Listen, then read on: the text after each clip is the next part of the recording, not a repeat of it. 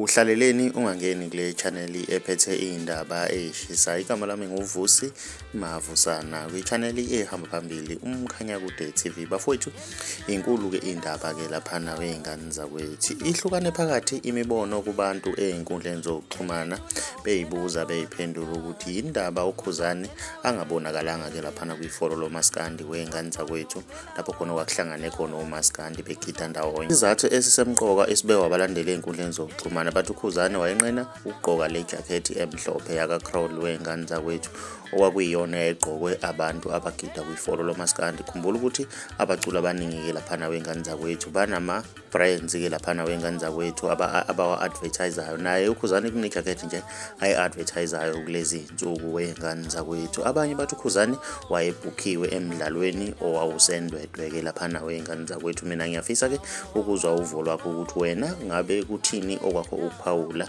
ngale mibuzo abantu abayibuzayo baphinde abanye bephendule ukuthi ngabe yikhona kuphi okuyikhona khona weingane zakwethu. Ake sidibane lapha na kwi-comment section ngizwe uvo lwakho ukuthi wena ngabe kuthini okwakho ukuphawula ngalolu daba.